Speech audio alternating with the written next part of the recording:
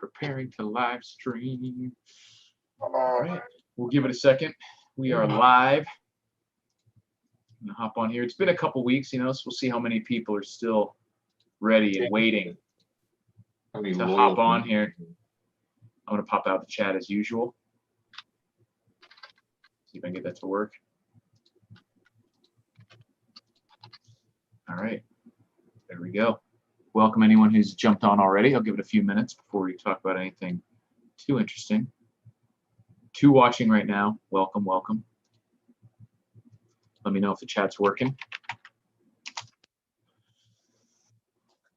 And it should be, we'll have to see what everyone's been up to for the past 2 weeks. Where do they go when they're not here on a Sunday night? You know what I mean? What do they do? This time slot, like it's your 6 p.m.? 6 for me, yeah. Okay. In Canada, at this 9 p.m. EST, The Walking Dead was on at this time. Ooh, but it's good competition. Not so much lately. Yeah, these days. Sorry? I said not these days, maybe. Yeah, not these days. Colorado biker. Mark Olson, SBQR, Sean Penrod. Welcome, welcome. We don't have a main topic for tonight, but we have a bunch of little stuff that we can go over. And as always, we can talk about whatever you guys want to talk about. If you have any questions, just throw them up there in all caps as usual so we can see it, not get lost in the flow. But it's been a pretty, I don't want to say it's been quiet because there's been a lot of stuff going on in the world the past couple weeks, but not too much new stuff. You know what I did? I should have changed the title a bit because one of the weird things that's been happening lately is you've seen this, I don't want to say coordinated because that sounds like a conspiracy theory type thing, but there's been a very noticeable increase in the amount of, like chatter about like alien stuff. You know what I mean? Because they specifically come out and said that a lot of those UFO videos were real in the sense that they were actual unidentified objects. It wasn't manipulated videos. The military actually saw something that they don't know what it is. Of course, that doesn't mean it's aliens, but that step alone is pretty interesting. And you've had a bunch of people from high up in the government, at least used to be like Obama and Harry Reid and stuff, coming out and saying things about aliens as opposed to about like the potential or about these UAVs or unidentified aerial phenomenon or whatever they want to call it. And it's weird. It's funny because I always would have been willing to accept the aliens or whatever. I had no strong feelings about one way or the other. But the more the government officially comes out and talks about it, the more I get suspicious of it. It's like the exact opposite. The more they deny it, I'm like, wait a second. But the more they actually are talking about it, the more suspicious I get. The less likely I am to believe it, which is pretty funny. Yeah, certainly. It certainly is. Interesting. Ironically, there's a video. There's one channel I follow. The gentleman scientist named Thunderfoot, and he's talking about. I haven't watched it yet. It just came out today. Oh, I think I know who Thunderfoot. He does it all like scientific debunkings, right? Exactly. And his video is 60 minutes. Navy pilots describe encounters with UFOs busted. So, okay. Whatever that means. That he tends to be pretty thorough in his scientific analysis. That doesn't mean that, right, but my point is kind of aside from that, like regardless, so that would make it even weirder though. Like, why is the government all of a sudden saying that this stuff is, is real? Even if it's especially weirder if it's like there's evidence that it's not real footage or whatever. Then it would be even weirder. Like, what are they using this as a cover for?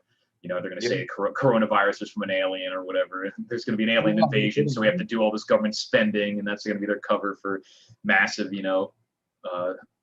economic spending.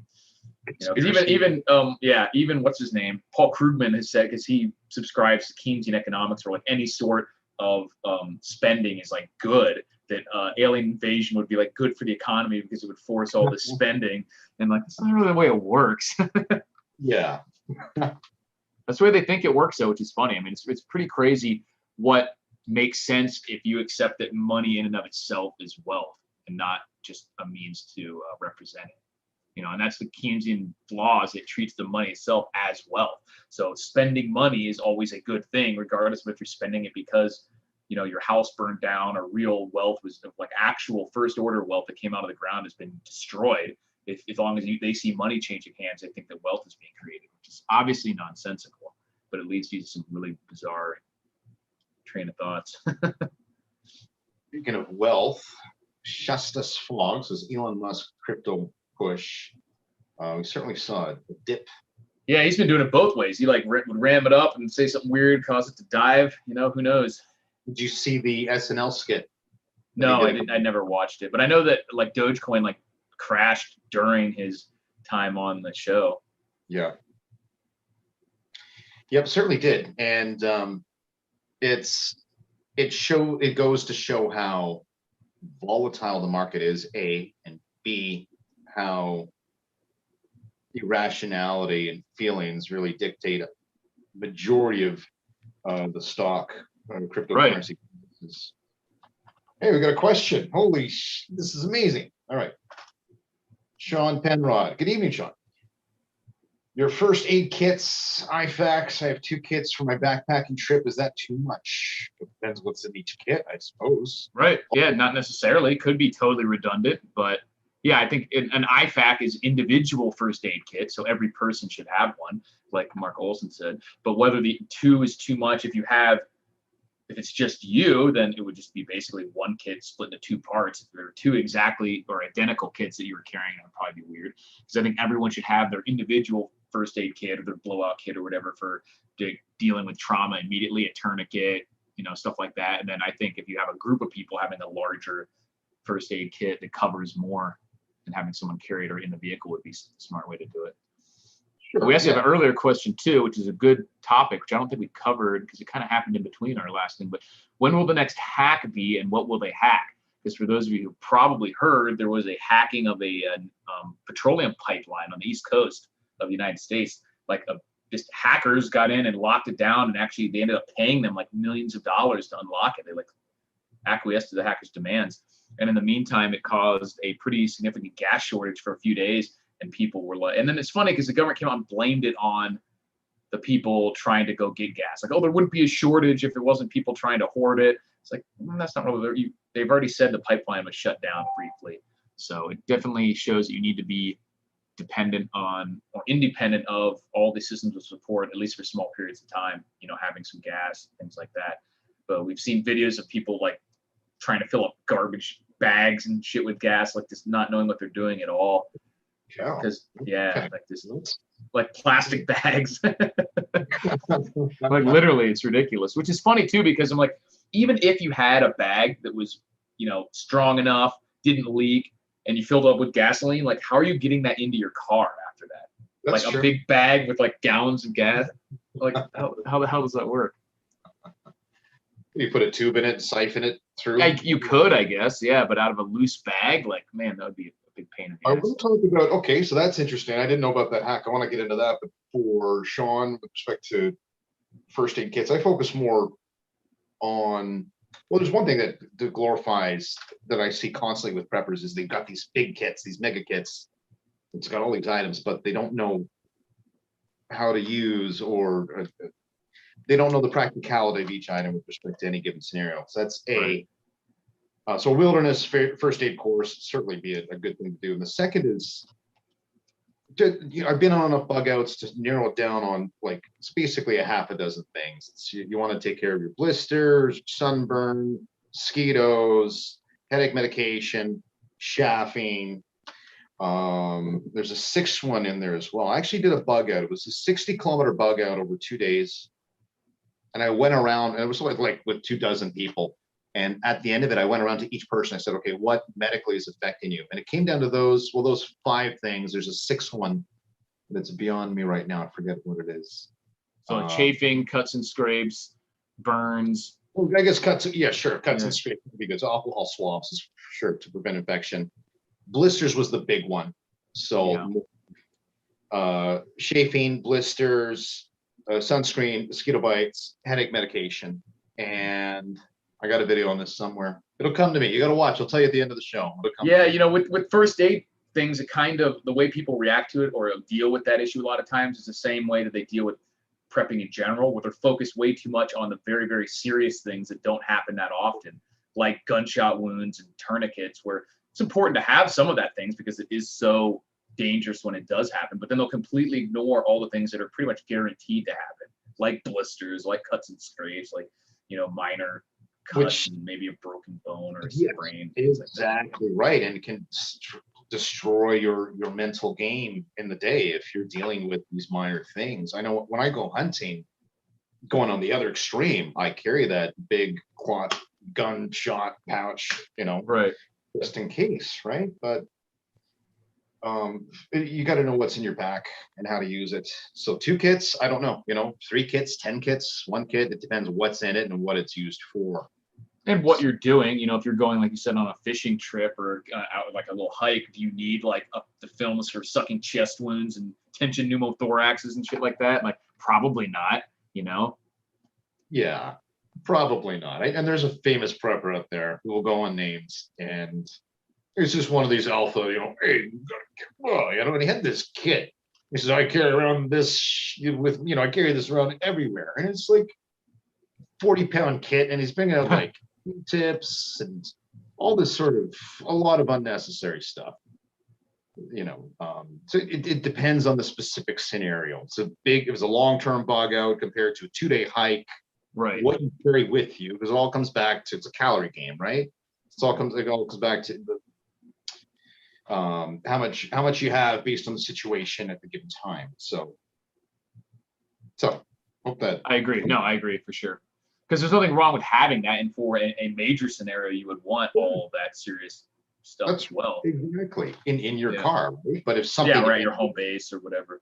At the very least, what I would do is have some sort of write-out to indication of what exactly is in your kits. So if you have anybody with any medical competency, they can quickly go through, or if you got certain items, then at least somebody with medical competence can quickly go through and see and utilize what you have. Hey, we got a super chat from SPQR. Thank you very much.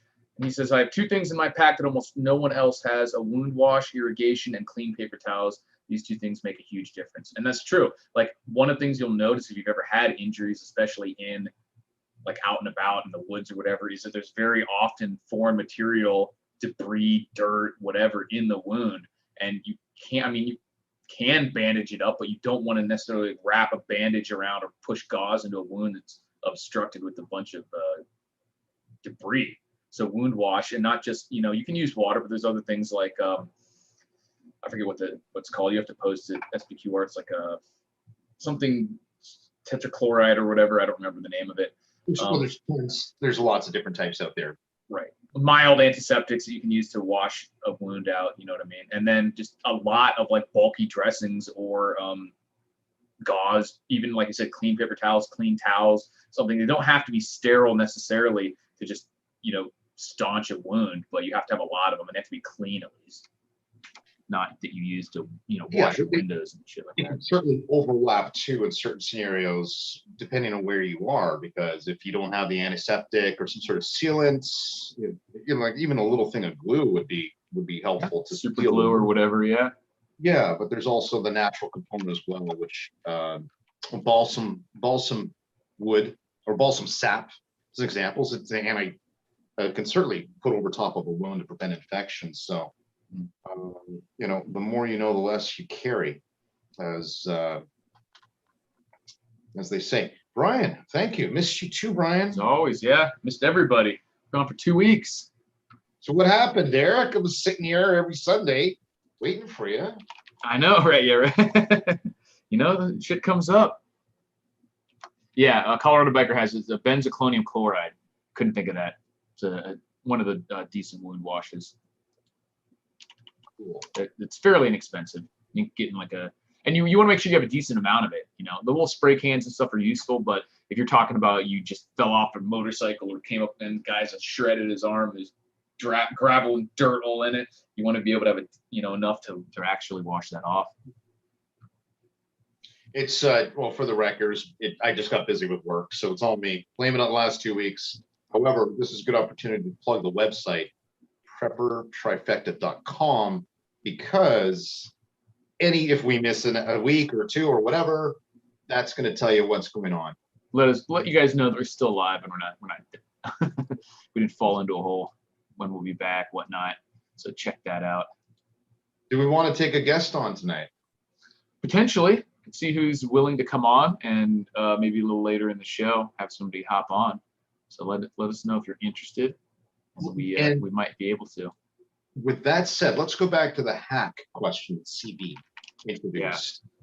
I'm a little perplexed at that, because isn't that one of the main mantras with any government, like any enforcement agencies? You don't pay up. Yeah, you don't pay up, because now you're just incentivizing them to do that again in one form or another. And yeah, really bizarre, especially too, because you're talking about a physical pipeline here. So yeah, I'm sure there's parts of it that are monitored and things online, but like really you can completely shut it down exclusively via the internet. You can't go out there and manually turn on some valves, or whatever. Like how's it even possible? There's multiple questions that come up. Right. Like you can literally just lock the whole thing down with a hack. Yeah. Like this is a physical pipe, out there on the ground that petroleum's flowing through, Was paid? A hacker group. I don't remember what they're called. They had a name. They're paid in cryptocurrency. Of course. Yeah. Like 5 million they paid, 3 or 5 million, something like that. That's insane. It was an insane amount. Yeah. And also it's weird because like they paid them really quickly after the hack. And I'm like, this like pipeline wouldn't have had like $5 million in Bitcoin already. So for them to be able to get it that quickly is already kind of weird. You can't just go get $5 million in Bitcoin overnight if you hadn't done it before and didn't have, the channel vetted and everything else. Like you can do that, but these people who've don't deal with Bitcoin, like it's weird that they would have figured that out that quickly and been okay with buying millions of dollars in Bitcoin and sending it and made sure that it was all done properly within like it was an inside 48 hours. Yeah, right. Maybe. Yeah. The dark side was the name of the hacker group. Well, I mean, it's very odd. Somebody would on the inside of that company said, okay, well, we might as well pay. I wonder if he was. Yeah, it might have been a lot more invasive than they even let on, like how much they got in and compromised. Who knows? Yeah, that changes everything, because the fact that if they're giving in, then what's to prevent other groups or the same group from doing it again? Mark Olson says the companies involved shut the flow because they could not determine how much money or oil they were losing, not the how. So you're saying that the oil was flowing, but they couldn't measure or monitor or track it, so they stopped it because they couldn't actually realize, or they couldn't measure how much was going through. I mean, I guess it makes more sense,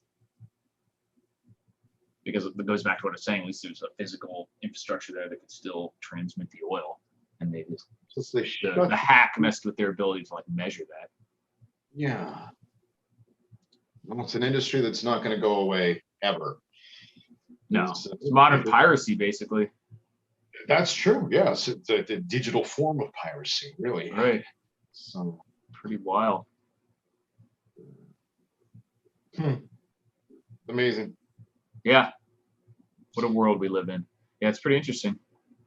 If that's the case, Mark Olson, thanks for the info. Did not know that. Makes a little more sense now, but still weird that there would be no way to do it without. Because now, like, what do they do? Okay, they paid them, they turned it back on. Are they just going to be like, okay, we're good now? Or are they going to have to revamp their whole system so that people, those same guys can't come back in 2 years and do the same thing? Yeah. Well, I mean, or how do we know they didn't plant, like, it wasn't like China, they didn't plant like malware in there? They had that much access to the system. Yeah, it's, I'll just say from my experience in my line of work, having to know a thing or two about code, there's a lot of vulnerabilities out there, a lot more than people would like to think. Yeah, for sure.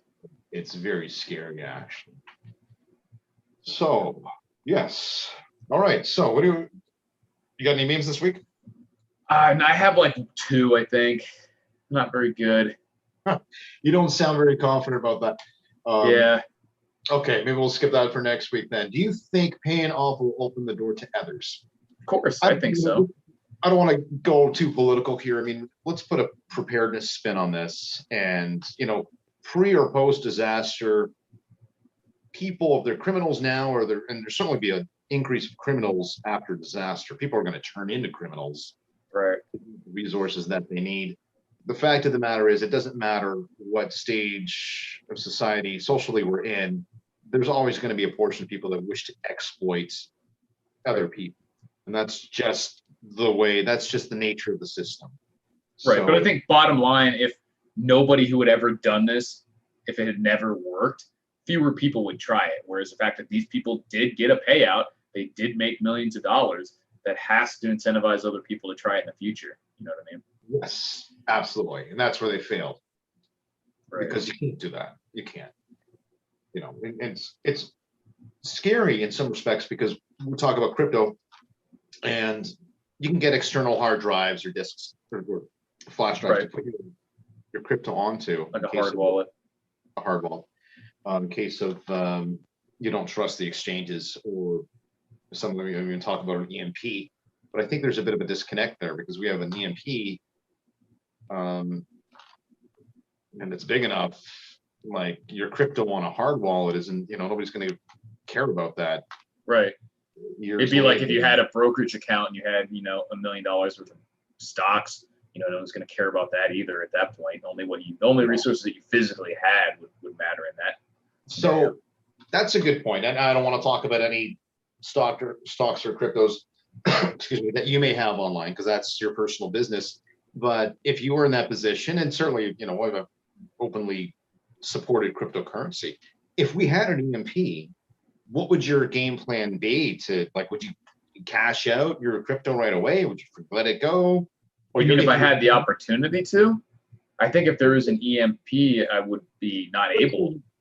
Let's say we got 3 days, right? We can see there's enough independent astronomers to say, okay, the gases are mixed on the sun, and we'll say it's a natural EMP or geomagnetic storm. I don't think I would in that case, because you wouldn't have time to get physical currency or gold and silver with your crypto in 3 days. So all you'd be doing is like trading it in for fiat in your bank account, which would be just as susceptible to the grid going down. It would be very quick, wouldn't it? If you had 3 days. Yeah, that wouldn't be enough time. I don't know. I guess it depends on to get physical money or physical goods for your crypto. Probably not. I guess it depends which exchange you're dealing with. Unless you're going to try to pull everything out and instantly dump it into things you could use in like a scenario that, like a grid down scenario. I think I would rely on the fact that I have the basics covered for that scenario and hope that it wasn't that severe. Because the chances of you being able to take all that money, and then if you did do it and it wasn't like the solar flare hit and it was minor, telecom disruptions, but nothing major, then you'd be like, all right, now I just sold everything I own and have it in, whatever you bought with it, ammo and whatever else. This is a good lineage of thought, because I've never considered this before. Yeah. And I would almost, let's say it's next level. Let's pretend like it's going to be like a major. It's going to be a major one. It's William Forstchen level. Well, then if that was coming, of course I would try to liquidate it. But I think that's unrealistic that you would know. And if that was the case anyway, then everyone would know that. And good luck trying to get real goods for anything. You know what I mean? I think a lot of people would be. You and me are on a different level of preparedness compared to most people. I don't think a lot of people would say, I got to cash out today. But that brings up a very interesting lineage of thought, which is the key is speed. Mm-hmm. So if I've got, we'll just say I've got the equivalent of $10,000 in cryptocurrency, and I know EMP is going to happen in 3 days. And I don't know the correct time frame, but we have about 3 days notice. 72 hours, yeah, something like that. We'll say it's 72 hours. Yeah. Instead of taking my crypto from the exchange, going to the bank, waiting for that transfer, going to the bank, taking the cash, purchasing item XYZ or whatever, I would want to have a connection to streamline crypto to a valuable item. Buy something directly with crypto, yeah. Exactly. It's getting more and more possible, like more and more vendors are taking crypto for payment for things. So maybe, if you do it with next level, I'd go to the gun store, the firearms place, and say, look, okay, I'll buy 10 grand in ammo. Here's your payment. Instantaneous. If they would do it. That's a streamlined, that's what I would do. Forget the bank, forget putting into fiat. Because paper money is going to be useless. So why not find places that accept crypto for valuable bartering items? Right. Yeah, if you knew if it was going to get bad, yeah. But I think the better or the overall what should be done is to have your basics covered for food and water, like we always talk about. That way, if this thing popped up like that, even if you didn't get anything done in time, you would still at least have your basic survival needs covered. Yeah, well, I think people out there would be morons like, well, I've got it covered as long as I get my crypto out of the, Yeah, right. Oh, good. Yeah, all I have to do is sell my crypto really quick and buy everything I need, then I'm good to go. You got to have the basics covered first. They got a map to go jump between different stores within 12 Right, hours. right. You got to go here first, here first, here first. Yeah, for sure. But besides that, that's the only thing that's really going to stop cryptocurrency at this point. Yeah. It's a massive, right. Or I think another thing that could really change the crypto landscape is if the central banks come out with their own and make a lot of the others illegal, or like really clamp down regulation wise on that. Mm-hmm. Yes. SBQR says, what about last minute panic buys? What items? I've actually done a video on this way back in the day. And for me, if you're in an opportunity where, like, maybe not even 3 days, but you see something happen, you have some time frame where you can buy things.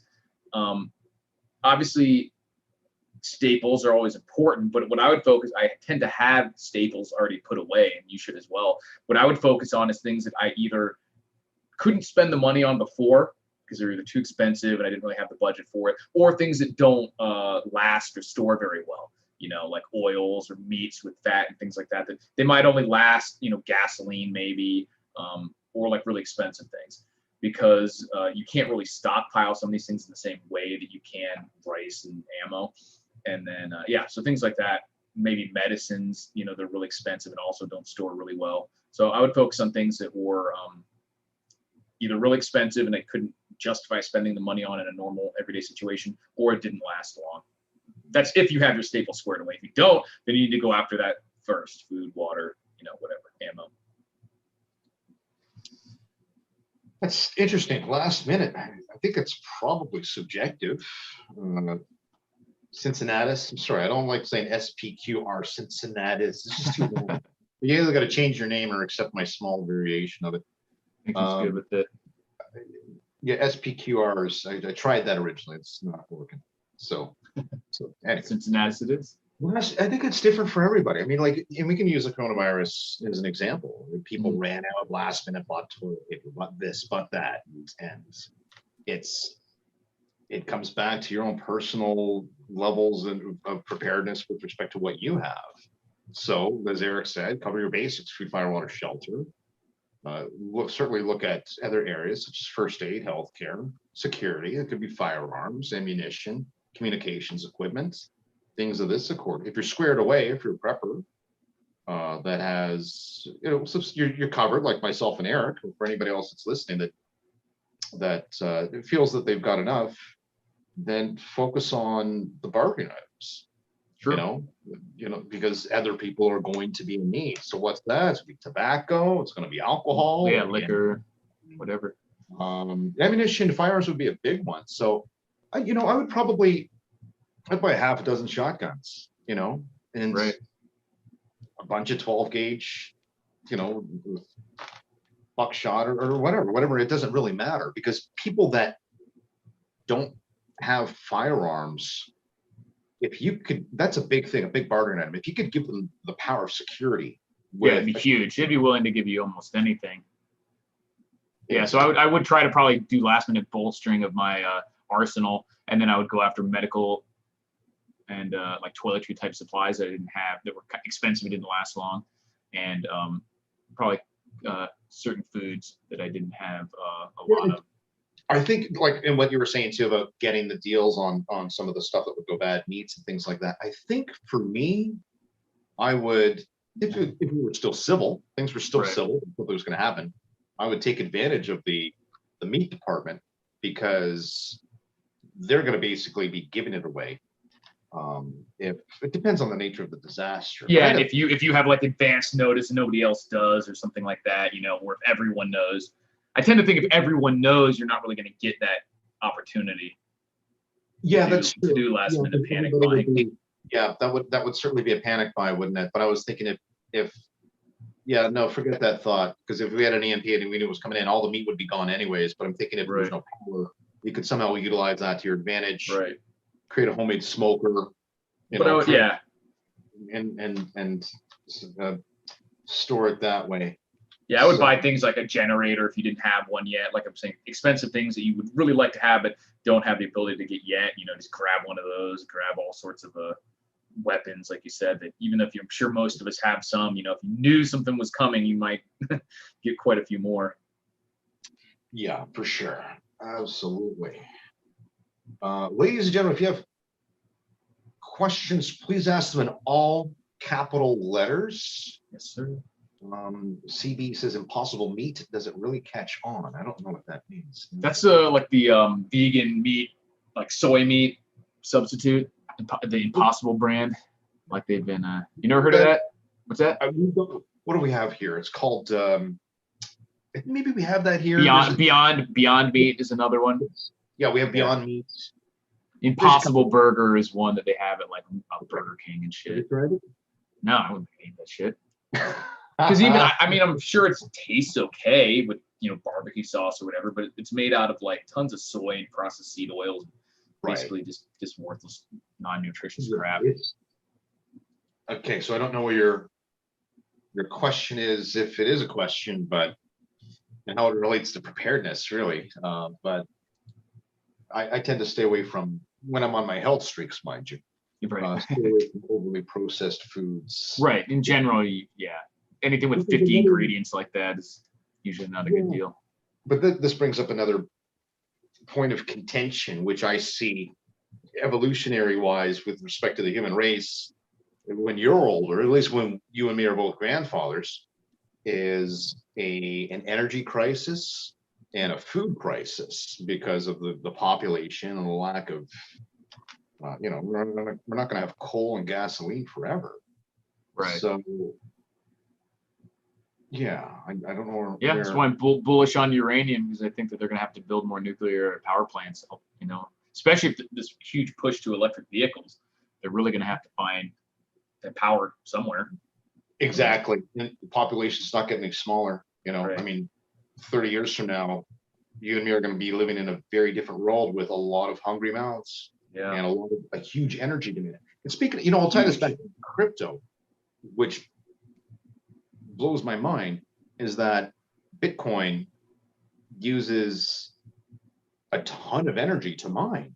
Yeah. And we've manipulated the system to use energy in lieu of something that's basically virtual or non-existent. Right. So it's like we're using energy meaninglessly, if that makes any sense. So much so I've heard, don't quote me on this, but Bitcoin mining uses more energy in a day compared to some smaller countries in Europe. Yeah, it's pretty wild. Crazy. Would you rather fight 100 regular-sized ducks or one 7-foot tall one? That's easy. 100 regular ones. A huge duck would be pretty formidable. Whereas a normal-sized duck, even though they can be pretty mean, you can just wring their neck in an instant. They're not, and they have very little ability to seriously harm you. Whereas a 7-foot tall duck, its beak would be like 4 feet long. Yeah. And it would just be like, you know what I mean? They'd hit you with their wings, and that would be a tough out. 100 ducks, you just grab one, meanwhile they're pecking at your legs, and it would hurt. But there's like, even if you fell down, and unless they got your eyeballs or something, like there's almost no way a duck could, you know, seriously injure you, other than like break the skin. Like a regular sized duck can't really hurt you. I'm gonna go rogue. Unless you're a wuss. I'll give you the opposite. I agree, but I'm gonna go the opposite. But you're just gonna fight the big one just for the glory. Well, the man you'd be coming back with that, dragging that back. Yeah, like this big head. the breast on that would be like a fucking slab of meat. Throw in the barbecue. Group in their little huts, and you got this. You know what? I've changed my mind. I'm gonna go for the glory. Take on the big one. Fuck it up. Yeah, that's right. That'd be pretty awesome. I I don't agree. know who cook that thing. As to which would be easier, though, the 100 regular ones would by far be easier, Yeah. which is Thank you why for we the- should all fight the big one for the glory. Yeah, that's interesting. You can I see where like the it. flow of this tonight's show is going with questions like that. Right. It's going to get weird. Yeah, I also don't like the textured vegetable protein because it's all based in soy, which is highly estrogenic, not good for you. I try to avoid any processed food like that when Chase says, when I'm on my good eating. I've been doing very, very badly the past couple of weeks, but in general, yeah, I try to avoid all seed oils, any processed food like that. Interesting. It's funny. We should do like we do the second show, one that relates to preparedness and one that relates to I'm not a big fan of soy Right. and ducks. Yeah, what if is it a female duck or male duck? Right. 100 ducks, are they babies? Right. I think you could outrun the large duck and hit it with it. Yeah, but it could fly, man. This massive duck swooping on you. I don't know about that. Changes it up for me because if it could, you already contending with the Giant feet. Boom, boom. Yeah, And it could swim too. If it got you in the water, you'd be fucked. Dive under, and you're like, where is it? Come up. Ah, big duck beak. Yeah. Well, hold on. They're rough out. They're on herbivores. Well, they'll eat like bugs and shit too. Will it? Like chickens and whatever, yeah. But generally speaking, yeah, they'll eat if you would plant matter, but they'll eat insects and shit too. 7 foot, but I think you'd be big enough that it would look at you and be like, oh, okay, you're not food because you're big. Well, this is assuming you have to fight it. Like you're thrown into a pit with it. You know what I mean? Like not like you could convince it to go away. You have to fight it. Like they're dedicated to killing you. It's got a alien implant on its brain that makes it like bloodthirsty. I'm retracting my stay. I need more for. Do I have a shield and a sword? I think you're unarmed. I think it's just mano a mano. You and the duck. The 7 foot tall duck. Yeah, I'd have to because then you'd be the man. Everybody would like to be folklore for years. I think you're right. You like choke out this long ass neck. I like it. Yeah. Someone says, nah, the square cube law indicates it wouldn't be able to fly. All right, listen, nerd. We're talking about fighting a giant duck here. Don't come at me with your science. I don't care that it would put me weighing, 1,500 pounds. I know it wouldn't be able to actually fly, but. I wonder what would you go after first with the duck? I'd have to be the eyes or the neck. Anything like eyes are fragile, so any animal eyes are good. Yeah. And I'm guessing maybe it would be like an alligator, where if you might not be able to hold the mouth open, but once it's shut, maybe you could grab it and keep it from opening it because they don't have the muscles to open their mouth. See the metric of like the strength, the jaw power, right? Of opening relative to closing it. If you could do that with one arm, then you could punch the eyes. Yeah, just get the eyeball. And it could fly away at the same time. Yeah, it could lift you or flop you around with this long ass neck. Hit you on the ground. And they'll hit you with their wings too. Like they'll come at you and hit you with the front of their wings. When the wings come up to their head. Oh, I yeah. guess the head would go down. Come down. Yeah, and they can come up. They can come at you. Yeah. You ever seen like geese attacking people? No. Like they're mean. Like they'll chase you and shit. Yeah. It's geese though. Ducks, Yeah, but geese. same type of animals. Same type, right? A bird. Yeah, a duck I don't think is as mean as a goose, but 25-foot hummingbird. I think anything 25 feet would just be too big. What if they bred in your corn? Bred you in corn? Like you're breaded? Then it would be then the duck would really be trying to eat you. Oh, that's what he's saying. Like maybe we try to, like you got rolled in corn and now the duck's coming at you. Come on. All right, now we're being silly. Stick with the 7-foot duck story here. It's funny. All right, that was good for last. Says the ducks have gotten more discussion time than any other topic. Oh man. Colorado bike. Punch it in the cloaca. You know what? If you can get to the cloaca, get get around behind it, it's right in the. there's one video, speaking of this, it says Canadian girl says, yeah, Canadian geese can poop a country into submission, which is true. The Canadian, they run the highways here. There've been so many times. And they can be mean, man. Have you seen them? Yeah, I've seen them. Yeah, they'll stop on the road. They can fly. They don't care, and they just walk. They take their time. They look at you. You know? They're like, they don't give a fuck.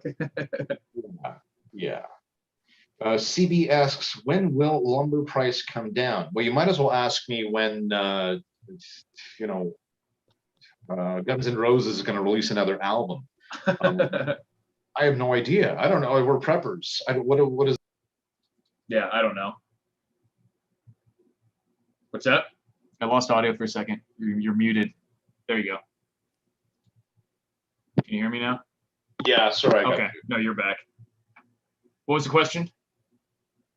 When will the price of lumber come down? I mean, I don't really have a firm grasp on why it's been such an increase to begin with, other than the increase in the money supply. You know, people keep talking about supply shortages, but I don't have a handle on like where that is or why it's happening. So I couldn't tell you. Yeah, maybe he got the prepper live chat confused with the economic live chat that happens somewhere else. Right. Right. Yeah. I'm the wrong one to ask about lumber. I'm not plugged into anything where I'd be able to identify why that was the case. I do have a couple, 3 decent memes. Okay, what do you bring them up? And CB, I mean, the gentleman's asking the question. Okay. Look at it logically. I mean, while you're setting that up, Eric, I'll ramble for a second, which is, you know, a lot of people are home. They want to do renovations, supply and demand, and we're going to see all these. I'm sure you have seen all these sort of things go. Why is the price of this up? Why is the price of that up? So it's all sort of interconnected in some respects. It's true. And a lot of it, some of it has rationality and some of it doesn't. And when those will fluctuate and or change, I have no idea. But later this year, I suspect things will have some sort of normalization. I would suspect, but yeah, like I said, there's no way to know for sure. So this first meme, if you could, for those of you who don't know, that the here in Las Vegas, they recently allowed everything to open back up pretty much normally. So to pre-COVID kind of levels. So here's our first. Was it showing up? There you go. So it's a strip hearing the county say that they can have 80% capacity, but when they've been 100% for months. I'm like, okay. Then you have Skynet is a private company. They can do what they want, says man getting curb stomped by a Terminator. And then this, and then this one's my favorite. My dog when he's eating, all libertarian. Like, what's mine is mine. My dog whenever I'm eating, communist. Let's share. That's all I got. Yeah, they weren't bad. I didn't have very many. Those are actually pretty funny. Yeah. All right, I see more questions here, but they're not in all caps. We're slow here. You guys gotta give us all caps. Bear attack gun use. Leroy Jenkins. Biggest thing you can get your hands on, usually. Bear attack. Like if I knew I was gonna have to shoot a bear, what would I use? Like, yeah, I would get like a 50 cal or something, you know, with multiple shots. Yeah. You know. But like if you're talking about something that you can just carry around and would be good to use with the bear, obviously a 12 gauge could work. You get a big slugs or something like that. There are some handguns. I've heard the 10mm can even work for bears, and certainly if you go bigger than that, but you have to make sure you can hit your target. And any really large hunting rifle style round could take down a bear. But if you're gonna have a bolt action, I'd want to be able to have a semi-automatic in case you miss your first shot. You don't want to have to do under extreme pressure. Yeah, that's true. Well, there's some guys out there that are real quick at the bolt action. You know, I don't know how to answer your question. It's pretty generic. I mean, you shoot something with a 22 in the head in North America, you'll take it down. Right. You know, for the most part. At least it goes in the eye or something, it doesn't bounce off the skull. But yeah, I mean, you could look at what people use when they hunt bears. For sure, that works. Yeah, I certainly wouldn't do like a buckshot or some kind of spread. I wouldn't think about I would want to get the meats. Yeah. Here's a piece of advice. So we got bear bangers here in Canada. We got these little devices. They're like 10 flares, and you can put the bear. Maybe I'll bring that up for next week's episode. It just makes a loud bang. And one trick that I learned is that when you shoot a bear banger at a bear, you'd always want, let's just say this is the bear and this is 10 meters and you're here and you're shooting the bear banger. Always shoot it in front of the bear, not over it or past it, because it's got to be like right in front of it, huh? Right at its feet. If you do it over top of it or past it, then it may spook it from the other direction and will come running towards you. Yeah, make it come towards you. Exactly. Emergency survival tips. But speaking of which, is the person that suggested the 7 duck, 100 duck battle.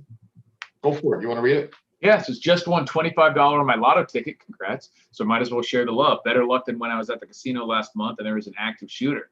Whew. Well, thank you for the support. I'm glad you made it out okay. Definitely scary times, but I appreciate the support for sure. Yeah, lots of training from ASP and prepper channels kept me calm. Good, man. That's good. I think like that is the advantage of thinking about these things often, is it forces your mind to come up with what you would do, and it is a form of training. You don't want to get stuck in the mode, like I said before, where all you're doing is watching videos and thinking. But you know, thinking about stuff or visualizing it is an effective way of training. I got a challenge. Speaking of that, because this is certainly a lineage of thought I never thought of before. A place that accepts crypto around you, and I'll do it around me. To find one, you mean? Yes, to find one that accepts crypto. Find a place where we could say, okay, if there was an EMP, we got a few days notice, or we know what's coming in. You would take your crypto and you would go XY space X or place X. Okay. And on next week I'll say, okay, I'm going to go to this location and buy these items because they accept crypto. Good idea. Yeah, like where would you go and where could you go to spend crypto in an emergency if you had to really quick?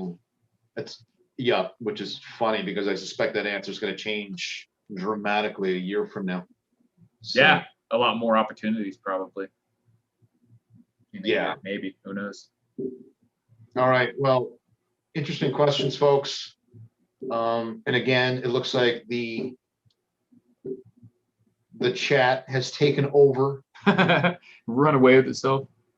Yeah. You want to get Colorado Biker on for a minute? Do we got time? It's already 6:50. Otherwise, I'm open for it, but I might have to. If he's ready to come on and we can cut it at 7, I'm up for it. It's your call. You're willing, sir. Yeah. Like I said, I got to try and get out of here relatively on time. Maybe we'll see what he says. Yeah, if he's ready, we can do it. I notice I put that on you, so you can look like the asshole. Yeah, right. Yeah, I can say no. Yeah, talking about bears now. It's luckily not something that a lot of people would have to worry about, running into bears, but there are certain parts of the country, and your country specifically. Yeah, most bears are, at least around the ones I've encountered, they'll run off. Yeah, they're more spooked out by you. They really are. Never come across a grizzly. As as I can, but need to set the camera. Don't worry about it then, because like I said, I got to try to call in a few minutes anyway. So we'll get you on. We'll get you on next time. But I appreciate being willing to, for sure. It's been a pleasure every time. Yeah. Prank call Nancy Pelosi. That only takes 3 minutes tops. I don't know if I want to even talk to her. North Las Vegas here. Awesome. Thanks, Brian. That's twice. Awesome, Brian. Appreciate it. We will see you next time as well. A nuke versus a bear. I think that would work. We're getting into the weeds a little bit here. Nuking bears. There's some effective primitive bear traps. And maybe I'll do that for next week, because I'll bring up some screenshots of Good idea. Different ways you could catch a bear in the wild. Have you ever seen that movie The Edge, where they have to kill the bear? Yeah. They're lost in the wilderness and they have to spear it. Yeah. Great movie. Yeah, I really do like it. I would go. I know there was I read her book. She was out on the west coast of Vancouver. She lived out there for a long time with a gentleman, and all primitive. Like, she was like eating rats and Oh, like wow. real hardcore. And they set up a primitive trap to kill a bear. And I was trying to get in contact with her too, because this was back with the Alone season 2 series, and it was one of the 20 people flown out to New York, you know, a contender to be on the show. And so I was just like soaking in all the information about West Coast survival. Yeah. And I read her book, and it was pretty fascinating how maybe I can grab that passage from her book and describe her experience about coming across this bear with this trap. They caught it, but it wasn't fully killed, so they had to get a shotgun and. Oh, wow. It was like trapped, but not that. Yeah, not actually killed. Yeah, it didn't snap its neck yeah. It was a pretty interesting read, and you know, these are things that people should be actually playing with and experimenting with. Some of the bigger game. I mean, right. To catch small game in the woods, your figure 4, or you know, any number of different small traps. The Paiute deadfalls, shit like that. But you catch a bear, you catch a deer, you catch a moose. That's some serious protein there. That'll feed you for a while, yeah. At that point, you would have to worry about how you're going to preserve or store, you know, 150 pounds of meat or whatever, or more, you know. Sure. You have a moose. Yeah. Like, what would you do with it? You'd have to try and smoke it or jerk it or something, right? If you're in the curing, smoking, jerking. Well, there's the primitive ways, and then if you have electricity, there's traditional ways. Which, you know, for example, drying, air drying is a primitive way compared to using the sun, compared to a dehydrator, which would be a modern method. So if you can do the modern methods, they're definitely superior. Quicker, yeah. But that's why we learn the primitive methods, applying salt, curing, smoking, because, well, you may be in the bush, maybe somewhere remote, may not have electricity. There's all these factors, right? Right. What percentage is Vegas Strip up and running these days? It's pretty much back to 100. I mean, other than a lot of the big in-person shows haven't came back yet, like the actual you go in and pay tickets to see a show. They haven't started back up again, but there are no restrictions anymore, and all the casinos are pretty much at full capacity, and it's been really busy actually. Cool, man. That was pretty funny. I think it was the question. Yeah. Segment here, and you said the question of the week. Question of the week. All right. What was the question of the week for you today? I like the duck one, even though it was nonsensical. Yeah. It's fun to think about. That was fun. For sure. I think I'm gonna stick with that. I'm gonna in the ring. Yeah, I'm gonna take this mofo on. Yeah. Yeah, I think I'd be willing to do it. Your strategy, go for the eyes. Right. Keep the mouth shut, maybe, you know, hold it shut, go for the eyes. Jab it, right? Maybe put your feet, lay on your back, get your feet up, so its beak like grabs you, and then you're like, okay. And then, yeah, they don't have teeth, but I feel like a duck that big still like break your arm. Huh. Even like the little geese can like break your fingers and shit when they hit you with their wings. So like a big ass duck, like that could really hurt you. I wonder if it could be like domesticated, you know, like ride it around. The eggs would be like that big. It'd be awesome. One egg like crack and make this breakfast for a whole camp. I got breakfast for the next week. Yeah, from one egg. This white slothy crap. Yeah, it'd be gross. Huge. Just. Oh man. Yeah. All right. On that note, my name is Shay. My channel is Prepper Logic. I'm releasing a video tomorrow. It is the next Advanced Prepper Concepts theory series, and the next of my Advanced Prepper Concepts in the series, and it has to deal with how you would wake up in a post-SHTF situation that avoids auditory and visual cues. They're traditional access control systems. If somebody were to enter your property. So okay, it's pretty useful. So it's an original idea, but I'll be releasing that tomorrow. And cool. Thanks to the regulars. It's nice we were gone for a couple weeks. Yeah, I appreciate you guys showing back up like nothing happened, you know, being ready and willing to come hang out with us, ask us questions, talk about whatever dumb crap we get on. I wonder what animal it's going to be next week, Right. Aaron. It's pretty cool. But yeah, as always, you can check out rulewasteland.com. and Amazon for the Rule List and fishing kits. I'm trying to look into if I maybe want to make a micro version that I can sell even cheaper. It's like really tiny, and so that's something you guys would be interested in. Let me know. But yeah, I think I'm gonna probably call it. I'm trying to get a lot of chores done today. We've been about an hour, pretty good. Unless you guys have anything last minute, but I had fun. Questions. We gotta push. We gotta have like a random. We gotta think of something to motivate this audience to ask us questions here. They just in their own world. It's nice, but they're in their own world here. We're in the background. They're enjoying their chats. Yeah. You got the question of the week there. Emergency survival tips. That was interesting. Cool. But yeah, so I think it's about that time.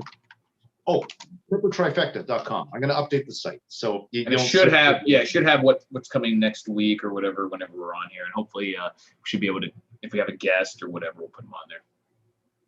Should be interesting. Thank you all for tuning in, and we will see you next week.